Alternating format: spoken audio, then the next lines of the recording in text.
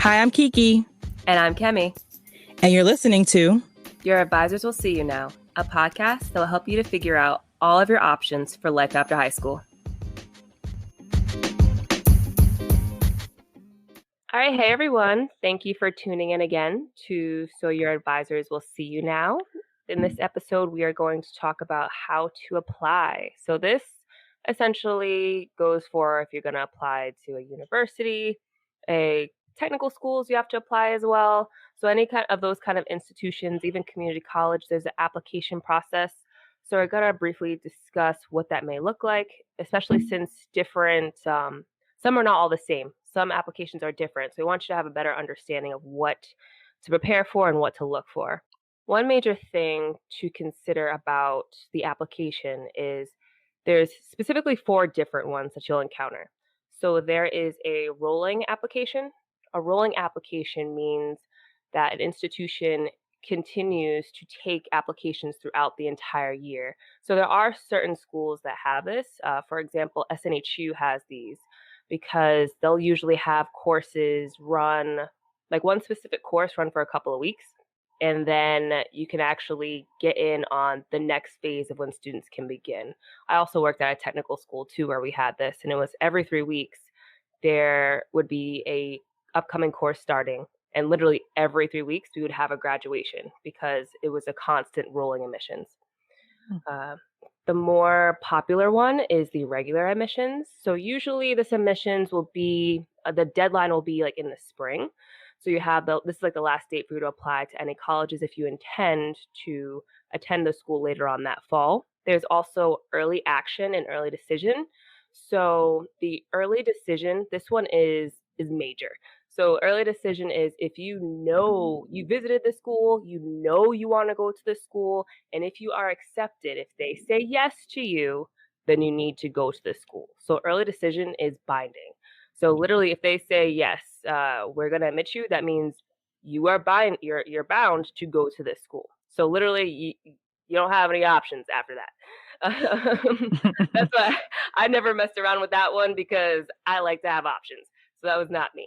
But I did, however, do early action. So early action is non-binding, but you can submit your application to schools in early fall, and then you'll know by like maybe December. I think that's when I heard back from most of my schools, from 2 of my schools that I applied to, of if I could get in. So I literally had a year in advance of that I knew what school options I could go to or where I got accepted, and I literally had time to compare my applications and wait to tell them yes, I'm gonna elect your school. So I did like that because I like to over prep sometimes, but that's what I ended up using. Kiki, do you remember what you used when you were applying to schools? I honestly think the majority of the schools, I applied to 4 schools total. I believe I did regular admissions for all of them. Mm-hmm. Because I'm pretty sure I got all my decisions around May when people normally get them, if I remember correctly. But it's been a little minute. Yeah. Yeah, I know, it's been a while. I'll never forget when I was in high school, they had this huge board outside of the guidance counselor's office. And whenever someone got accepted into a university, they would put their name and they would put the university. So literally, it is week 1 of senior year, and I look up. I know, and I look up, and someone is already accepted, and I was like, she's lying, but but no, she got admitted into the school. She applied over the summer. She applied wicked early, so she was even earlier to early action for the deadline. So, but she got accepted into it. But basically off of that, it kind of inspired me to do early action because I was thinking in my head, well, if I have all the cards in my hand and I know when I'm gonna go to school, I know which schools want me, and then they said I can, and I'm accepted, that I can have the final decision. So based off that, that's why I did early action. And then I did read somewhere too online that you're more likely to get into a school if you do early action versus doing the regular application. But I guess that does make sense when you think about it, because if you have all these people that are applying in advance, they think, one, you're serious about it. Two, well, if we can say yes to these people, we already have a certain number that we know we're gonna get our tuition money for, right? And then the regular students that True. will apply later in the spring, they might be even a little bit more selective. So that's Mhm. kind of what I would assume, um, might be in like what they factor into. Mhm. So, Mhm. but so that's just an option out there. I'm pretty much for early action, but I'm not for early decision, to be honest. Right. Yeah. I was gonna say too, just like going off of your reasoning as to why I will honestly the applicant pool I think is much smaller for early action. But like you're right though. I think, because they're like, oh, we're gonna get our tuition sooner and all these things. I also think or also know a lot of scholarships you have to like do before like during that early action time. So I Mm, guess it's like priority deadlines for scholarships happen then too. So yeah. schools, wanting to give out these like honor scholarships or these priority scholarships, it happens in that time frame also. So if you wait till regular decision, you may miss out on those like top tier scholarships if you do wait, but you're more likely to get those more honor scholarships or um like the institutional scholarships if you Yeah. apply earlier. Yeah, no, I think that's really good. I know we're gonna talk about that a little bit later in this about the Mhm. institutional scholarships, but I think that Yeah. you make a really good point with because if you know your institution is going to provide some from the college you're going to, and you're going to be first in line for that, then do it. Mhm. And I think even earlier is better when it comes to if you're going to decide to go to a university because even with like I work with graduate students now, I've seen some students last minute they were accepted, but last kind of like later on they applied and they got accepted in like the summer. Mhm. And they're kind of a little bit behind the ball in terms of if there was an application for, let's say, housing on campus. So they'll be like, "Oh, is there any more housing on campus?" And I'll say to them, honestly, it's probably booked because it was open in spring. So you That's might a good have point. yeah, so it is pretty good to get your ducks in a row as early as possible, so you have more options and you're not kind of scrambling at the last minute. And also something else too is if you know what schools you're able to get in earlier, yeah, obviously you know your options, but I know some students too, they'll do regular admissions in the spring and then only maybe one or two schools will accept them. But what's common for where I work, let me know if it's common for you too, Kiki, because I'm not sure in a community college like perspective. But Mhm. what I'll notice is in the fall, some of these institutions that put them on a waiting list, they'll be like, "Oh, okay, there's a spot open for you. So if you want to come to our school now, you sure can come." So there has definitely been some students last minute that will change their minds and go to an entirely different Yeah. different school. So I think if you were to do early action at least a year before, you probably avoid a lot of that too. So you're not doing Mhm. like a last minute switch. Does that happen a lot for the community college that you're working at right now? So at our community college, we only have rolling admissions, which means like kind of what you said earlier, they can Mm. apply at any time. There's no application deadlines at all. Okay. I would say it's maybe the reverse. Like we have a lot of students that may enroll at the college or apply to the college, but they may and I may advise them or my colleagues will advise them, they get a class schedule or at least a plan, and they may Mhm. email us like a month or so later, like I got XYZ school, I'm not gonna come here. So I feel like it's Mhm. more, maybe they're sometimes waiting to hear back from a 4-year school and this is like the community college is their backup. So they just want to make sure they have their spot Right. reserved or seat reserved, and then they'll later kind of back out, which is totally fine. I mean, that's the purpose a lot of the times. Of a community college, I think we'll get into this a little bit later or in a future episode too, but they're like, here's like a backup or a safety option that Yeah. they're just waiting to hear back from somewhere they really would like to go. Mhm. But yeah, honestly, yeah, we see students all the time. Yeah, yeah. Hmm. I feel like too when I worked at the technical school I used to work at where we had rolling admissions, there would be some students that they're like, "Oh, it's rolling admissions? Well, I'm gonna start the next time it's open, the next time classes begin." Hmm. And I'm like, "Okay, cool." But they didn't really know themselves too much to get most of the work done that was required beforehand. So then it would be orientation, and they're like, "Okay, hold up, I'm gonna postpone again." So I was like, "Okay." I was like, "Well, this time, that's totally fine. Right, it happens. But here's the checklist so we can, prep so you're ready to go." I think there was like one person I had too that they postponed like three times. Then they postponed it for like a further deadline, like several weeks down the line. But yeah, I guess planning as early as you can. Who knows what could happen? Something could have happened. I don't know. Right, yeah, But planning ahead as much as you can is good. um, it's true. yeah. But going back into the application process Mhm, for admissions. On most admissions applications, you're going to have to provide some form of personal information. So essentially, your name, birth date, all of that kind of information, and then you will have to provide your high school transcript. So I will say that a majority of schools request a high school transcript. There are some that do not request high school transcripts. So you have to do your research on that, but a majority do because they kind of want to weed out their kind of prospective students to see if it's a good fit. So I would still say to the listeners out there, get good grades so that way you look good, you stand out. Um, mhm, and then let's say you are applying for a school early, so early action. They'll request a transcript for you from your high school, and essentially what you'll do is you'll send them something called an unofficial transcript. So your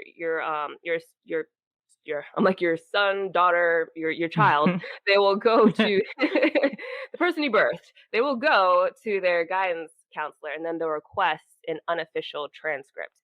And this will be sent to the college. Now it's called unofficial because they haven't obviously graduated from high school yet, and that's mhm. totally fine. So a lot of colleges will still take that.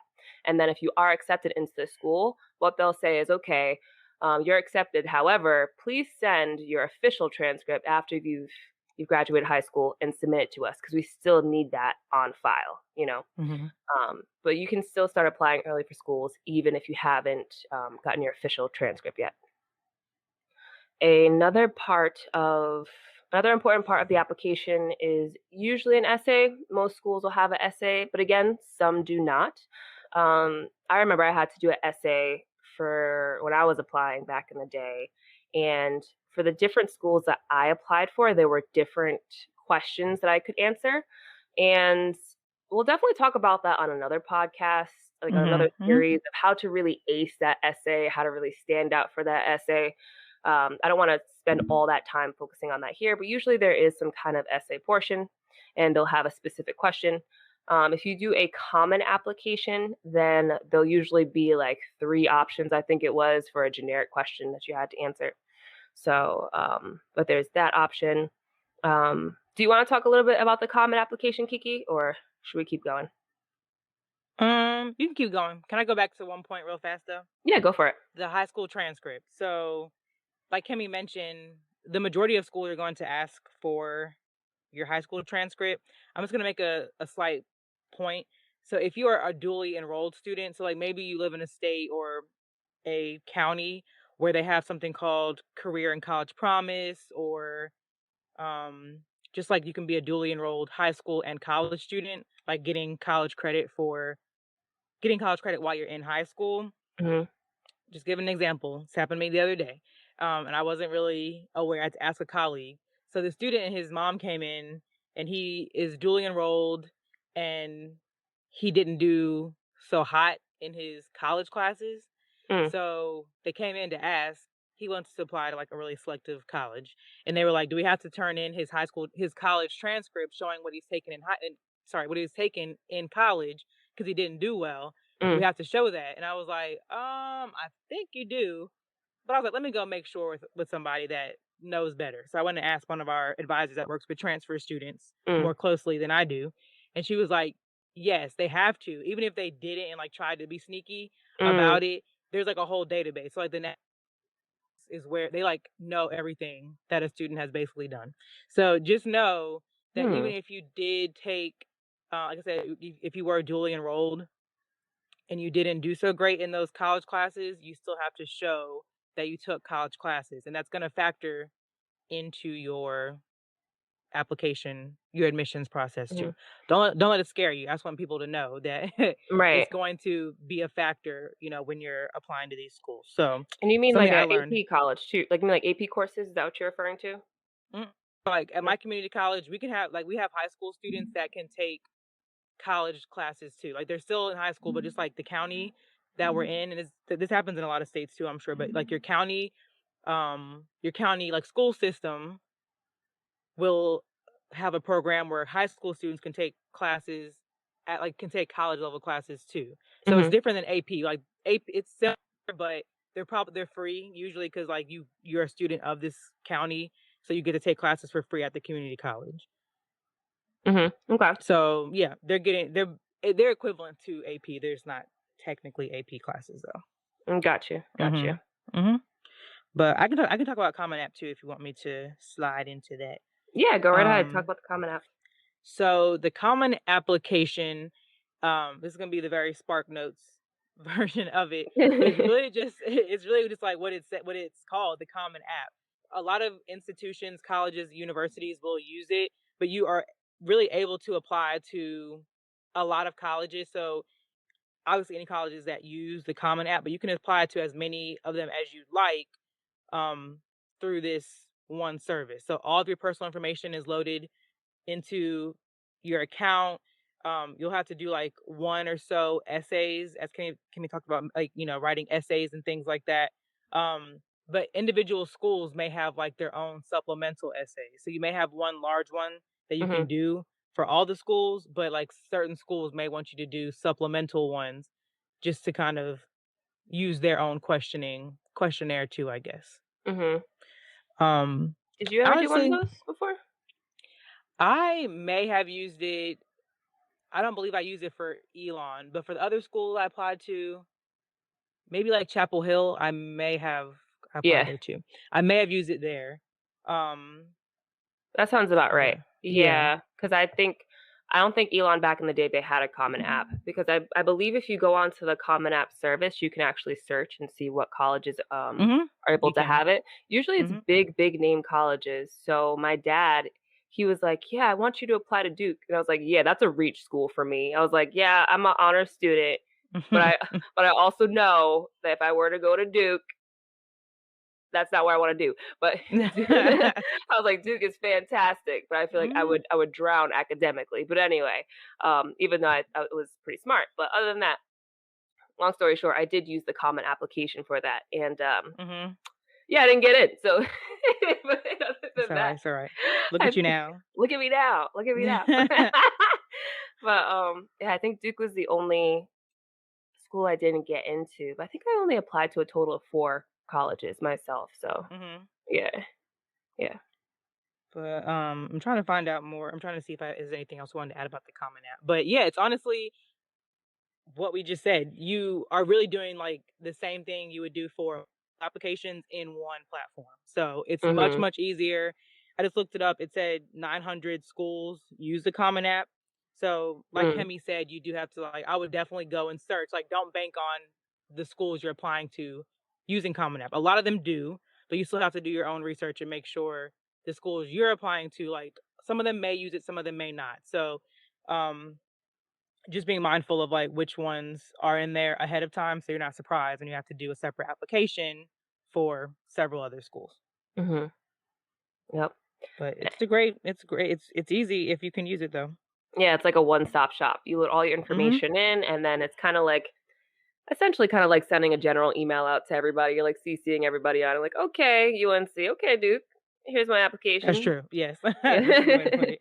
Send it, submit to all, but it's kind of like a one-stop shop. Mhm. Um, Another part of most applications for universities is usually schools will request that a student completes like a SAT or a ACT. Mhm. So I know I definitely did that back in the day. There are Yep. some schools now that are thinking about phasing that out. There are some schools that have phased out They the already have, SAT yeah. scores. Mhm. Some of them. Yeah. I think some trade schools don't require that, which is pretty cool. Mhm. Some universities are kind of letting go of it. Um, I'm kind of like I'm honestly on the line about it because you know what? I'm not for the tests because not many people are good test takers for one. Mhm. I can write an essay all day, but when it comes to taking tests, I'm not the greatest. Um, like I have to put a lot of extra effort. And then also when I was applying to schools, my dad paid for me to get like a SAT tutor. Mhm. So, and I did do well on the SAT. Like, you know, like I was killing it, but I definitely reached I definitely reached like right in between the the test scores that my college wanted. So yeah, as well as when you're Okay. looking at your colleges, like different colleges will request certain test scores that you kind of reach to be able to get into that school. So I did reach all of them, and I think I was a little bit below math because I always have just never been great with math. But Mhm. but I'm like, but I was still good. I was still a good student in high school. I was still like active in activities and all these other things. I've definitely had like some internship experience. So if a university said I couldn't go just because of that SAT test, I think I'd be a little frustrated, you know? Right. Um, so that's why I'm not really 100% for SATs. But however, I do think that there needs to be some kind of filter system to kind of see if a student matches your college, like the level of the institution. You know what I mean? So, but I just don't know what else, how to do it. But Yeah. yeah, Yeah. I mean, my take on it, yeah, I mean, we had to like, but back when you and I were applying to college, we had to do the SAT, and ACT. I don't think many schools were like phasing it out yet, yeah, but I just like over time, and this is maybe like a social justice issue or something like that, but I'm not totally for them. I'm really not for them at all. One, because like you said, everyone's not a good test taker, but I think there is some like element of a little discrimination, and this is maybe getting deep, so I'll keep it like brief. But like, not everyone is able to do test prep. And not saying that you have to like go pay for a test prep service, but hmm, that's where, and they're like really beneficial. I know they are. Because it really helps you. Like if you can get a test prep service, like it can help you increase your score by a good amount of points. oh for Like sure. you said, so that you can reach whatever school, like whatever kind of level that school needs you to have. But with especially, I'm just thinking about how a lot of schools are trying to be more accessible to a lot of students. The students they're trying to outreach to don't really have the means, to like go to a test prep service. Yeah, So they may like, I know, like, they may have like a GR, like sorry, not GRE, SAT or ACT book, but they're like, how do I really study for this? And of course, I mean, with things like YouTube these days, it's much easier, I think, to learn like mm, great study strategies, but you probably want like a student probably wants that like one-on-one help. So right, I do know why they have them, and I think you said it can be it's like to weed people out, but I don't always know if it's like the best right. weeding out, like the best method to weed people out. But like you said, I don't really know like what other method. I'm also gonna say like I don't know, I've like randomly watched these YouTube videos recently of this girl trying to like she was just making a video of all her college acceptances. Or well, it was really just her college what are they called? Decisions. And it was stressful. Like I Mm, remember I like I said, I applied to 4 schools. I got into 2 of the 4. And I was like, "Ooh, that's a lot." These kids these mhm. days are applying to like 50 schools. Oh, Um, that's expensive, I'm yeah, sorry. it's a lot. That's one thing we did not mention either, is you have to pay for an application fee, and then you also have to pay, I think, for your unofficial transcript to get sent out from your high school, and then you also have to pay for, I believe, like, your SAT to be sent to different schools too. So there is a price You do. tag on all of that. I would not be applying to no 50 schools, but Right. Well, we'll get into this in a minute because there are some ways to not have to pay for everything. Mhm, But yeah, it was just like listening to the girl talk about like just like she would get into this like really amazing school, like really selective school, but wouldn't get into this selective school. Like I mm, don't even know how admissions counselors even do how they even do it these days because I there's don't so know. many students applying and they're all, I mean not all, but for the most part they're stellar students. So it's like how do you really weed out or tell a student, sorry everyone, my dog's barking in the background.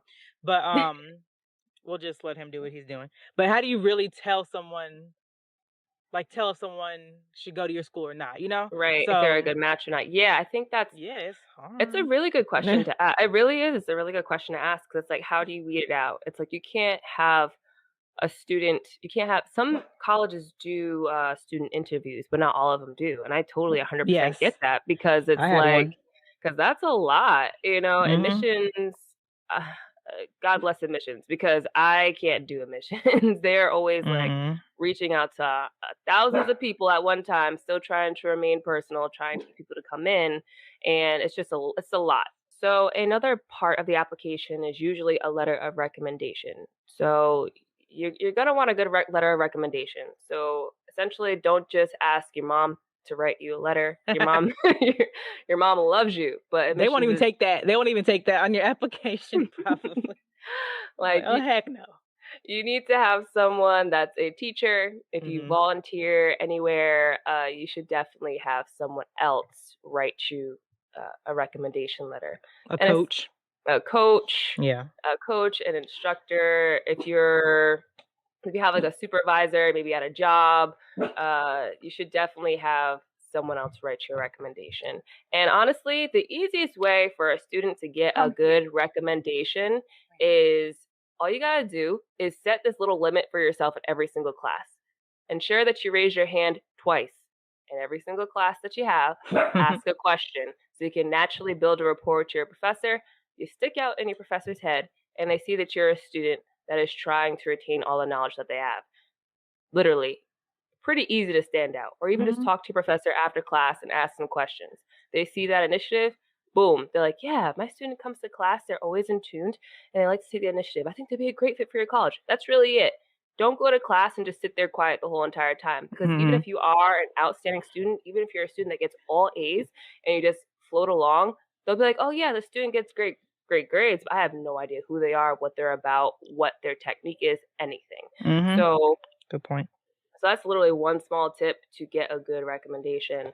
And also, and like to kind of play off of this as well, you'll also have to include a small resume, which is really interesting. Mm, But you have mhm. to, you have to include a small resume with your application, even if you Keyword don't have. small.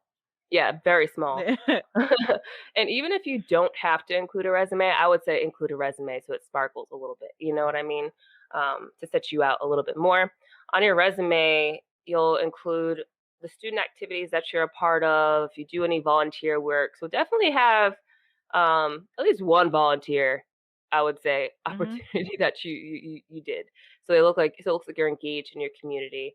If you have any personal projects or any passion projects, put that on your resume as well. So if you're a student that loves making videos, or if you did coding and created like an app or a game or something and create websites, include that on your resume so you can stand out as well. Um, but essentially, you just want it has to be small, so you don't have to go extravagant with it. But definitely put all your accolades on there. Like, oh, I'm a leader of this club, or I started this project, I started this foundation, I started this scholarship, I raised money for this fundraiser.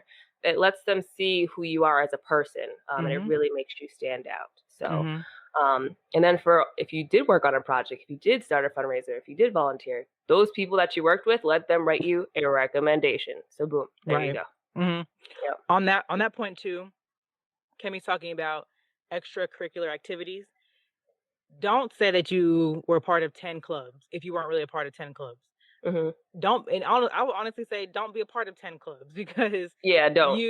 colleges are gonna look at that or admissions counselors are gonna look at this student was in 10 clubs and like what can you say you really did? It's like if you were like the treasurer or the president, like of course say that. If you were, if you went to one meeting the whole entire year, don't put that on there. And that's Right. that's a huge thing that's a huge thing that your counselors, your guidance counselors may harp on. If you go to admissions events, for those colleges you're applying to, they're probably gonna straight up tell you we're not, we're not really looking for students that just say they're in clubs just to say they're in clubs. Like really find something that interests you. If it's the chess club, then put that. That's really cool. That's unique.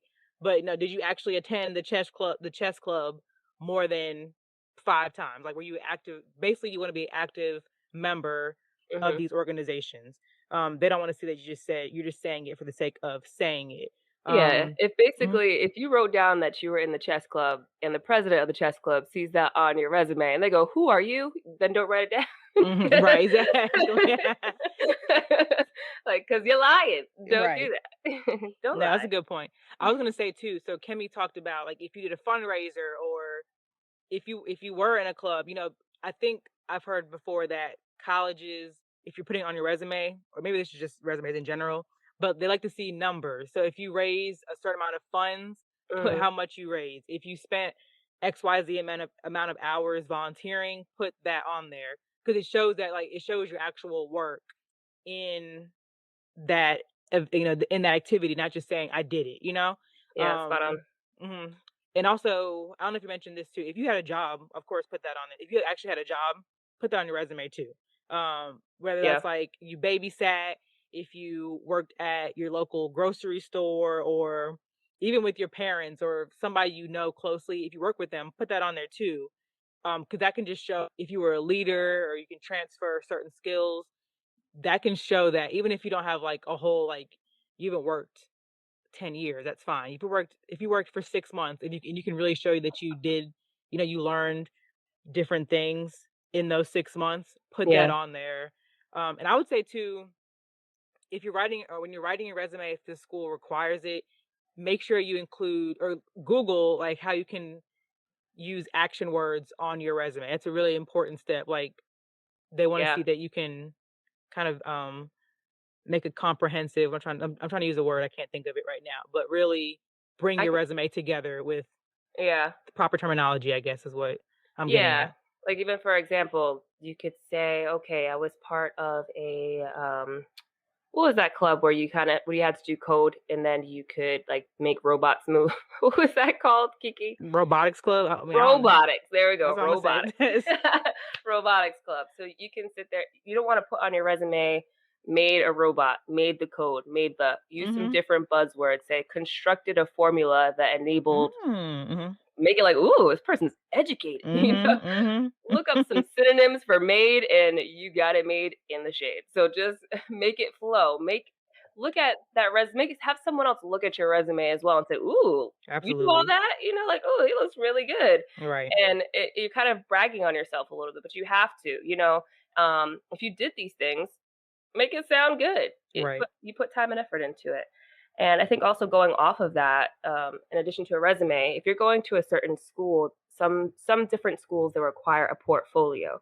So if you were to go to maybe a film school or like an art school like Berkeley or something, they may require you to have a portfolio. So essentially a portfolio is similar to a resume, but it's bigger. So they may require, if you're an actor, they may require you to maybe even go in and have an audition, or they may require you to submit a tape, and kind of have a portfolio that specifically states, okay, what did you act in? What roles did you do? Or if you're a singer, they might request that you have all your tracks or some Mhm. videos, some performances. So depending if you go to a specialized school, they might require for a portfolio. And again, like, make yourself look, um, sparkle, stand out. Submit your best work. Right. Hmm. Absolutely. So Yeah. I guess, yeah, those are really the parts of the application. I'll just sum them up real fast, the next part.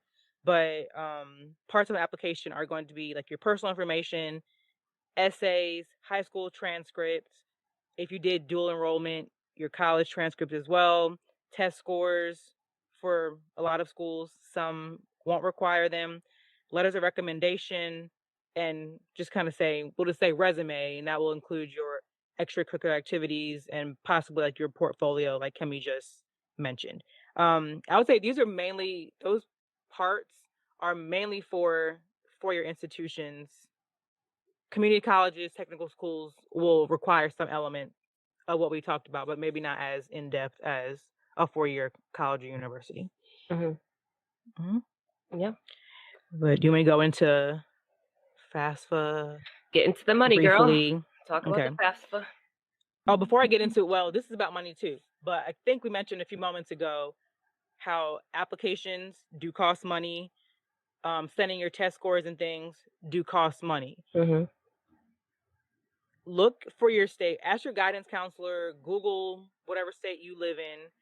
students, for parents, wherever state, you all live in, if you're assisting your student, just Google if there are like free application weeks or free application day. I know in the state that I live in, we do have a week where students from across our state can apply to certain. I think it's only like our public institutions, but they have like that week for like a lot of the schools you can apply for free. Mm, Um, so again, those are like the public and state institutions, but that just saves you a whole bunch of money. But you have to be ready to apply to them because they probably still require everything we just mentioned before. But that's a great way to not have to pay $75 for application for 10 applications if you want to apply to 10 schools. mhm, Um, but yeah, there's those things that a lot of states will do. Some colleges may offer fee waivers if you meet eligibility requirements or meet certain criteria to get a fee waiver. You really mhm, have to just ask the school, or if you ask your admissions counselor, all they can tell you is yes or no. So I would definitely ask. But on the same kind of note with money, I'm just going to briefly talk about the FAFSA and the CSS profile. So the FAFSA is the free application for federal student aid. This is something that any place you go to, technical schools require it to, or can use it too, right, Kemi? I'm sure. Yeah, yeah. So technical Okay, schools, essentially, that's a good way to tell if an institution is accredited. And gotcha. that's oh, and just quick side blurb here. Yeah. If you're looking for a college, make sure it's accredited. Mhm. Essentially, what accreditation means is your college, they say they're teaching this curriculum, and the accreditation proves that they're saying what they're teaching you. So don't. So if you're going to a school that's about cooking, but somehow they're teaching about yoga, they're probably not accredited. so it essentially says like, yeah, your degree was worth it. They essentially are teaching you what the curriculum states. So you should Mhm. definitely look and make sure that wherever you're applying, that the place is accredited. Um, Yes. and then reverting back to what you were saying about financial aid, usually financial aid is tied to accreditation. Most often, if you're allowed to get financial Mhm. aid, most often that university is accredited. Um, Mhm. and yes, some technical schools do offer financial aid as well. Okay, perfect. So yeah, you can use the FAFSA, or you can applying to four-year colleges and universities. If you're applying to technical schools, if you're applying to community colleges, you definitely want to complete the FAFSA. Again, it's a free application. So it'll really determine if you're eligible for mainly federal student aid, which can be things like Pell Grant. There is supplemental educational opportunity grants. If you're eligible, if you choose to use loans when attending colleges, it will generate what you are eligible for based on your family's income and other criteria, based mainly income. But definitely apply for the FAFSA. If you can't use if you're not eligible for financial aid, that's okay. There's scholarships as well, but you won't know until you submit your FAFSA. Hmm. But you definitely, it's just FAFSA, FAFSA.gov. If you just Google the acronym FAFSA, it'll come up as well. So I definitely recommend utilizing it. I was gonna say something else about the FAFSA too, but it The can also grants. make you eligible. Yeah, for it can make you eligible for like state grants as well, and like institutional funds. So some schools may require that you submit the FAFSA, even if you're not eligible for Hmm. financial, like federal aid or state aid. It can make you eligible for those colleges, their scholarships. So you definitely want to complete the FAFSA. I think you're able to put up to 10 schools at a time on your application for the FAFSA. So if you're applying to more than 10 schools, at some point you have to like remove schools to put other ones on there, so that those colleges get all of your information to Hmm. put you in their financial aid Yeah. admission pool. And then also just adding to that too. So every college institution has a certain FAFSA code. So usually your Mhm. admissions officer can give that to you, or if there is an Office of Financial Aid for whatever institution you're thinking about going to, you just call them up and say, "Hey, what's the FAFSA code number?" They'll give you that number, and then you'll apply that on the FAFSA website, and it will have Mhm. all the institution's information. Yes. No, thank you for saying that. I'm Mhm. not well, I think a lot of, like, if you go to the college's website too, they should have their FAFSA code on their website. Yeah, it should be on there too somewhere. I feel like too I can't remember, but I feel like if you are putting a school on there, you can, like, search for the school, and the code should be on there. But, yeah, Mhm, I would say either calling the school on the looking at their website, you can definitely get the code. That's really important. Thank you, Kemi, for saying that. And then I mentioned too the CSS profile, which that is the college scholarship service. So the CSS profile, so the FAFSA is administered by the federal government. The CSS profile is administered by the college board. So it's really a application that is used by colleges to award non-federal financial aid. So they're really having you apply for this to make you to have you in the pool for institutional aid or aid that the college can give out. So that's likely going to be free money because you don't have to pay back grants or scholarships. So mhm, if your school requires the CSS profile, it does cost. It's not free, but they may have waivers um, through the school you're applying to. So mhm, just be mindful of that. Um, every school, for the most part, is going to have you fill out the FAFSA. Every school won't require the CSS profile. mhm. And then I just wanna reiterate one more thing too, just because some people, who might be listening to this podcast might not have any idea, but make sure that you Hmm. understand the difference out there between loans, and there's a difference between loans, and there's a difference between scholarships and grants. So Hmm. loans is essentially a loan, so you have if your money is loaned to you, and yeah, you can borrow that money, but you're also gonna have to have interest on that. So that means you have to pay an additional amount of money back when you're paying back the person who gave you the money. Now, scholarships you can apply for, and they're free. And then the grants, which is what Kiki was talking about, if you apply on FAFSA, be able to get a grant, and a grant is free. So you want to go for free, free, free, free, free first before you're diving into loans, loans, loans, loans, loans. Hmm. Because you're like, oh yeah, I can pay those back later. I have life. Don't worry about it. I'm gonna be big balling. I'm gonna get a job once I get out of college. I'm gonna be a millionaire. No, no, no, no, no. Let's back it up. Just get as much free money as you can, and also just compare your loans, see what institution's going to give you more grants or more scholarships, and go from there. Don't say, don't worry, put it to my loan guy, I'll pay it back later. Don't do that. Do not do that. Do not. Hmm. Um, but yeah, I think those are the main things. And of course, I, I guess we can kind of keep on like the money train, but like skip down. Scholarships, like I said, you definitely want to apply for the FAFSA. If your school requires it, apply for the CSS profile. But there are buku scholarships out there. I know Hmm. when I was applying, my mom was like, "You need to apply to these scholarships," and I was like, "I'll do it later." Well, later came and deadlines passed, so it was like you can't apply to those anymore. Hmm. Thankfully, I applied to one at Elon literally hours before the application was due. I Oh was an wow. alternate. Yeah, I know. This was for Watson Odyssey. I was Okay. an alternate, so I think I had to wait a couple months to like be told I actually received it. That was a huge blessing because I helped pay for a good amount of my tuition at Elon. There are so many ones that I just didn't apply to because my main thing was like just get into school and I'll Right. do that part later. Which you can. I mean, if you like the big scholarships, you usually have to apply for those in the fall. There are scholarships you can apply to after, between May and you go out to school in August. There's definitely still money out there. So I would say just Google Hmm. Google local scholarships, Google national scholarships. I'll mention a few big ones that I've referred a lot of students to apply for. But the College Board has a huge database through Big Future of scholarships.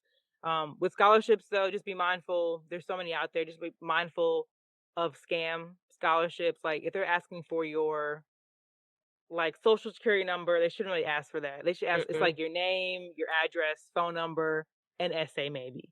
If it's anything too personal or seems like it's invasive, don't apply to it. It's probably a scam. Hmm. And those do happen, but there's an app called Scholly. I saw it on Shark Tank. I think it's pretty popular. That's another one that's out there. but just some of the ones that I'll mention, and these are for some of them are for like selective schools. So I know there's one called Questbridge that I want to say it's 24 highly selective universities and colleges within the United States.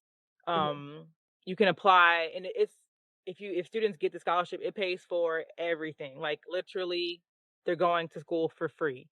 Wow. It's more geared. Yeah, it's amazing. It's geared more towards students with like high need, who are maybe high achieving but lower middle income students. But Mhm. it's a great opportunity for them to be able to go to highly selective colleges within, the United States. I think the application is going to be coming, maybe have already closed by the time this episode comes out.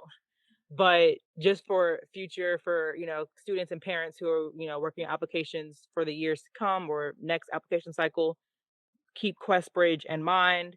Um, There's also the Jack Kent Cook Foundation Scholarship. That's a really huge one. That's for students. They have like an undergraduate scholarship, and then they have one. So if you happen to be a transfer student listening to this, like you've done, some community college and you're transferring to a 4-year school, they have a scholarship for transfer students as well. And then the Coca-Cola Scholars Foundation is another huge one. So those are just a few of the national ones that Mhm. I have known about for the last few years. But again, there's a lot. My last thing on scholarship, I'll let Kimmy talk. I know if you have something to say too. If you are working with an advisor or a counselor in a community-based organization, ask them if they haven't already told you about it. Ask them about College Greenlight. It's another great platform for scholarships, just tips in general. You can create like a profile on there, and it kind of can help match you to schools just based on what you put in that profile. But again, it's for students. You have to be working with like a community organization or a community based organization, I should say, to utilize College Greenlight. But those are just some of the ways you can find scholarships, because they are out there. There is so much money that's, I'm sure, left over every year because Mhm. students just don't apply to them. So. If I had to go back in time, I think I would have did this kind of outline for myself. I think I would have narrowed down my search or kind of my career field idea probably in sometime around junior year. And then I think junior college visits, had a better idea of what programs I wanted to go to. And Mhm. then I think the summer um before senior year, so like you're getting out of junior year, going into senior of high Mhm. school, I think I would have actively started applying for colleges for the early action because you could still submit it early. Yes. So I could have all of my schools, all that work is done. And then while I'm waiting to see if I'm accepted, during that fall of senior year, I would have been actively applying for scholarships like a madman. So that way, Mhm. Mhm. and then by the time December would have came around, I would have had most of my early action decisions in. So I would have Right. known who wants me to go to school, and then based off of that, I can see how much money I'm getting, and then when I and then I could also get information on okay, what scholarships did I win? So that way I know this is how much money I have, and then I can also compare my list of schools to see, oh, okay, well this school is going to be more expensive, or this scholarship will cover this, so I can have a better idea of financially which one would be a better fit for me too. So I think Mhm. if I could go back in time, I would have did that, and I could have more of my finances in mind, and then understand, okay, how many loans do I need to take out? Is it going to be worth it for this? Can I still get some more kind of way to make college more financially accessible. So I think if I would Mhm. have went back in time, I would have did that kind of timeline versus just okay, senior year chemi, wake up. Like I because I think it goes back to what you said earlier. Our mind gets so focused on just getting accepted that that's the goal. You don't see the rest of the goals after it or the after effects of it, like finances and scholarships and all those other things. Like you didn't necessarily see the whole big picture. You know what I Right. mean? Mhm. So I think that's what I would have did if I would have went back in time. How about you? Yes, I definitely would have had, like, a list. I probably would have started even maybe, like, summer of sophomore year of high school. Mm, Because your whole like, all your 4 year, I think we mentioned this last week, your whole 4 years of high school really count. But of course, your freshman, they're looking at your junior, senior year, definitely when you're, applying to colleges, but they're looking at you holistically too.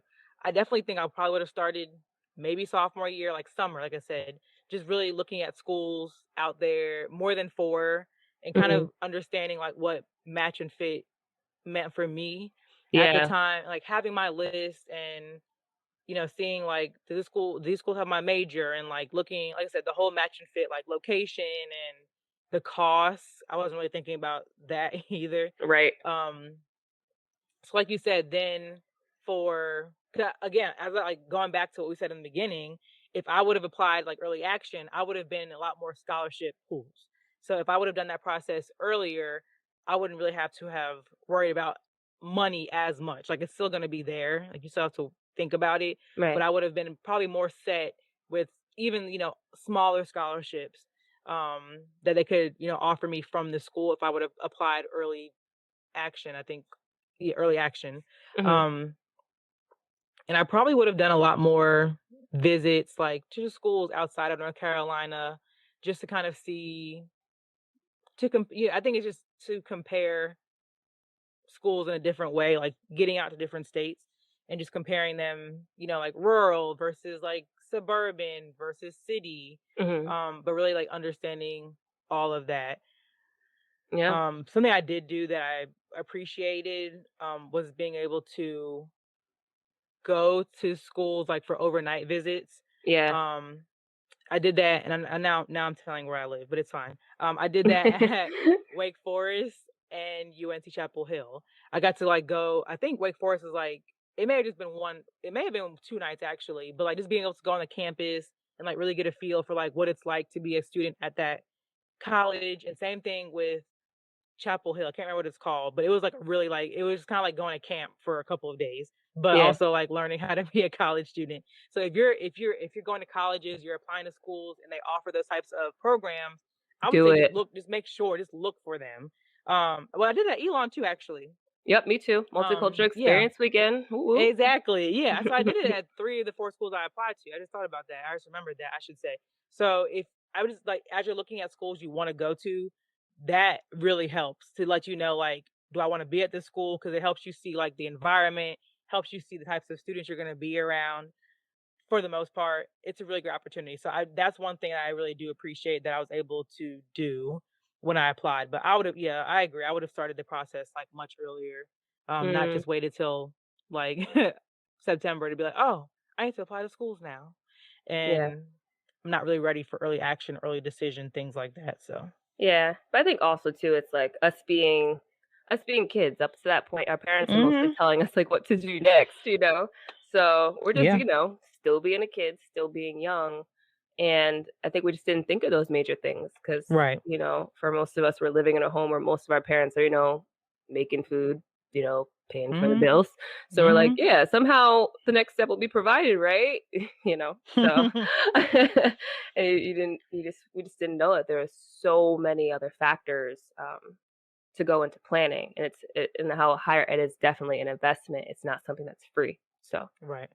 But that's yeah, why Kimmy and I are here because we want to share our experience. That's like the whole purpose is yeah, for us to be able to share our experiences with like choosing schools, things we mhm, would have done maybe in hindsight, paying for school, mhm, because we're still doing that. We're still paying for school. mhm, So really, we're really using our experiences. We want you all to kind of know, like again, the factors that go into going to college. mhm, And please share it with your friends, share it with your family so that everybody knows about it. It's just something like Kimmy said, if you're a student listening to this, you may be 14 or 15, you may be 16, 17, 18. I don't know. Hopefully you're in that age group or it's your parents listening, but just for mhm. the future, so you all have just an idea of what goes into making these really big decisions at a young age. Like we're here to help you navigate that. Totally. And Mhm. kind of like side tangent today, like I went to church and they were talking about legacy. So this is kind of more towards like parents, like your children are your legacy. And Mhm. essentially as a parent, you always want your child to do the best that they can. You always want to set them up for the path of success. So that's also another reason why we have this podcast. So you can see that there's a bunch of other different options as well as going to college. So I guess this also segues into our next episode. Segue. Segue on segue on segue.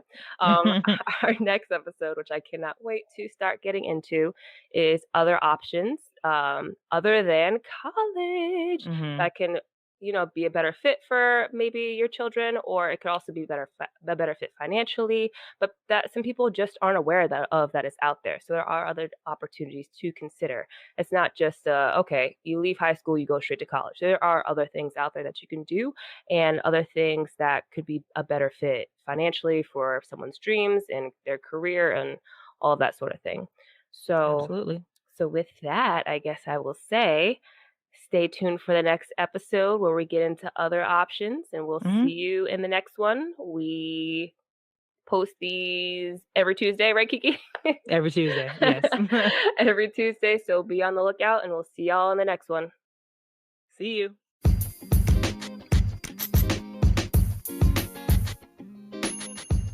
Thank you, everyone, for tuning in and listening to the latest episode of Your Advisors Will See You Now. Please make sure to follow us on all of our social media pages and check out our website. Take a look at the show notes below. And please make sure to subscribe and share this podcast. Also, show us some love and please leave a 5-star review. Catch you next time. See ya.